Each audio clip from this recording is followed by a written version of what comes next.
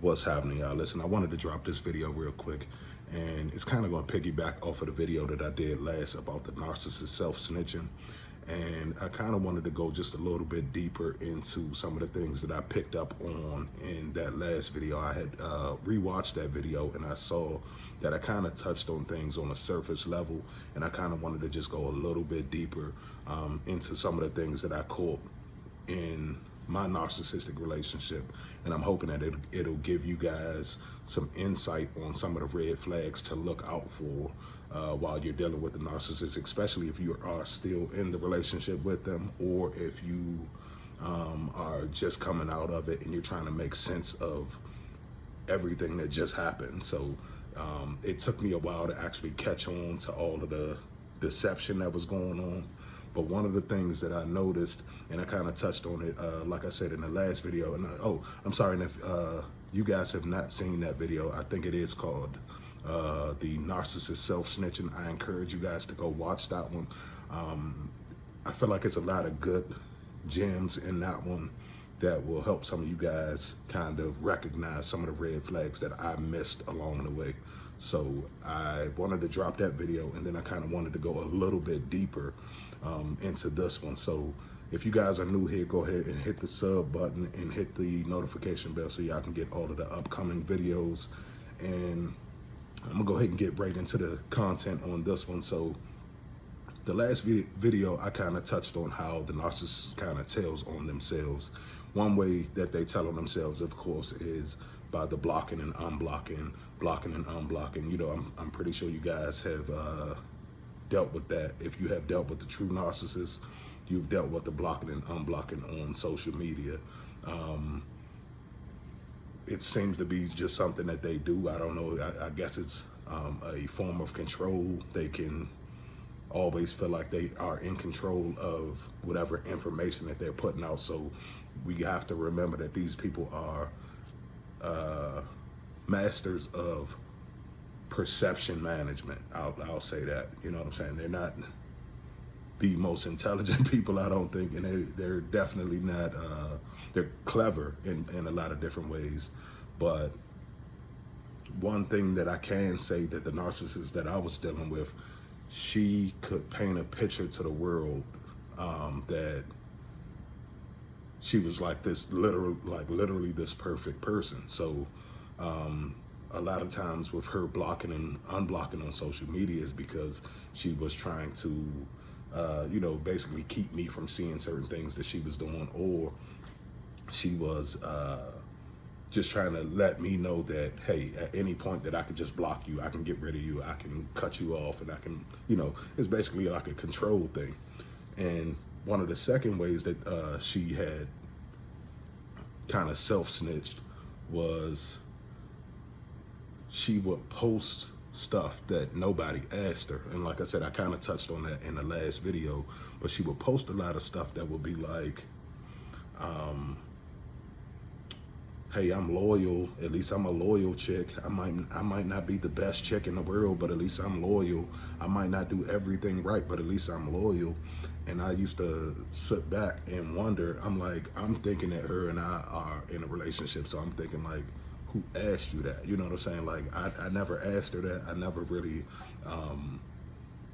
really questioned her loyalty at all. You know what I'm saying? Up to that point, because I really didn't feel like I had a need to, because I guess I was in an elongated love bomb. You know what I'm saying? So it was kind of like one of those situations where we had good times from like the very beginning all the way until the final discard came after she got pregnant, because and it was like literally the final discard was so fast, everything happened so abruptly that it really wasn't a chance to have a lot of negative times. The negative times with me, what I noticed about the narcissist is kind of like a snake bite.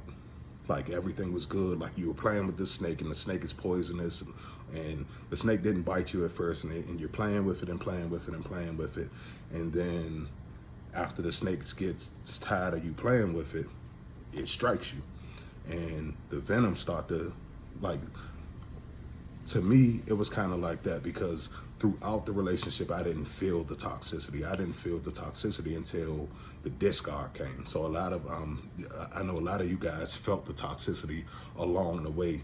And maybe it was because you guys were like in a marriage where you couldn't get out of the situation. I did not live with my narcissist. So I think that was a lot of reasons why it took me so long to catch on to certain things, because I didn't actually live with her.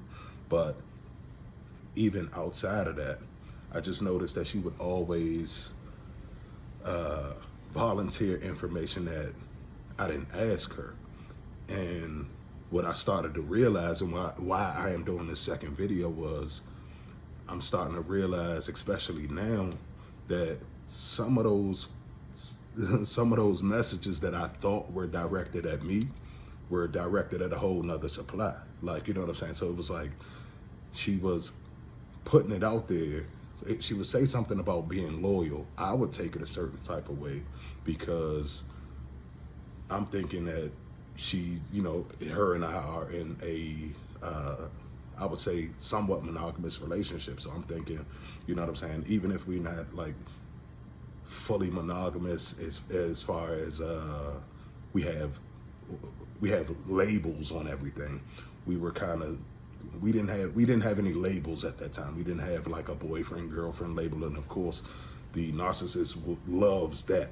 They like, narcissistic people love being in a position where they don't have any labels, because now they feel like, well, hey, I wasn't your boyfriend, I wasn't with you, or I wasn't your girlfriend, or whatever the case may be. So they like to play those type of games. So they like to keep the relationship open, and there's nothing wrong with that, especially like in this day and time. If you are not fully sure if you want to be with somebody, then that's cool. But the problem is that the narcissist actually plays the role of wanting to be, you know, in a monogamous relationship, and then they give the perception that that's what that is at least going to lead to. You know what I'm saying? So most victims think that even if they're not in a monogamous relationship right at that point, you feel like that's where this is leading to. So she would always, like I said, she would always post things like that discussed her loyalty and all of that kind of stuff.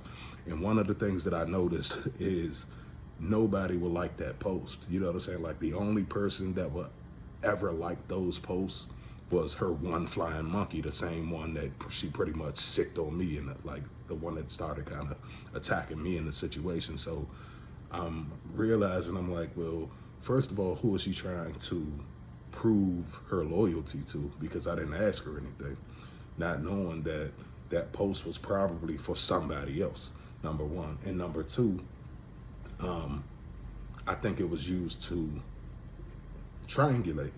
So I think in her mind, you know, she was like, well, if I post this, then that's probably going to have him thinking like, who's this post for? Because I didn't ask him anything, or he didn't, you know what I'm saying? So it was like, what? I feel like it was kind of a passive aggressive shot at just trying to make me feel insecure in the situation. Like, you know what I'm saying? Like, why would somebody that is loyal be bringing up that they are loyal? That's something that, you know what I'm saying? If you are something, you don't have to brag about what it is that you are. So I always looked at it like, well, who are you trying to convince? You know what I'm saying? And that's kind of was a red flag to me when I saw it. I'm like, why would she post that? You know what I'm saying? And like I said, a lot of times, man, y'all think that the narcissist is talking to y'all on social media because you feel like you're in a relationship with that person. But a lot of times they could be trying to manage perception for everybody else that's out there, because they know what they got going on with you. So it could literally be a trick, not for you, but it could be you could be looking at something and you think that because you're dealing with this person that had to be directed towards me, and the whole time that had nothing to do with you. You are in the middle of it because you're being triangulated with this new person and you don't even realize it. But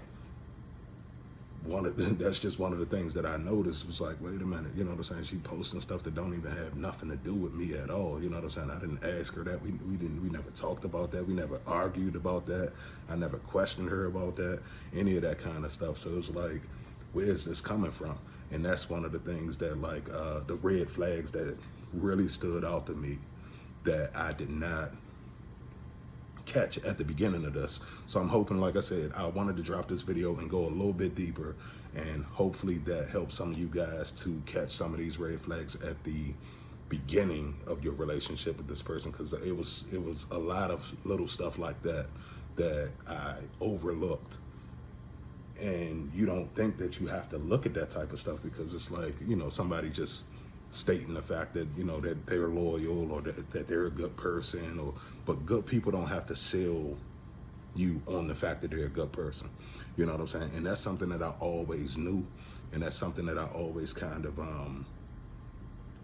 you know, it always kind of raised a red flag to me while dealing with her, because I'm like, she seems to be trying to paint the picture of her being a good person rather than actually showing and proving that she's a good person through her actions and her deeds.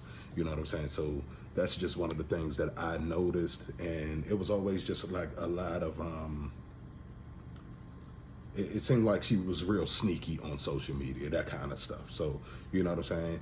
Look out for those people that go long times of like blocking and unblocking. Look out for those people that are always constantly trying to sell a certain perception of themselves. And you got to be extremely careful when you're dealing with, you know, toxic people in general, just people in general in the first place. But when you're dealing with a lot of toxic people, they lie about everything, you know what I'm saying? And so if you don't realize that you're dealing with a pathological liar, you can get caught up in this mess. So this is why myself, and a lot of other narcissistic abuse coaches in this community, we get on here and we discuss a lot of these red flags that we have bumped into. And I'm hoping that, you know, with my channel, I can help a lot of you guys just get on in your healing journey a little bit faster, and, you know, be done with the narcissist, man. So I love you guys. That's my video. I just wanted to drop that real quick and just kind of go into some of a little bit deeper into some of the things that I noticed that didn't make sense at that time. But now that I'm looking back on it, I'm like, I don't even think those posts was for me. You know what I'm saying? So I just wanted to drop that, man. I will talk to y'all in a minute. I love you guys, and I'll see y'all later. I'll see y'all in a minute.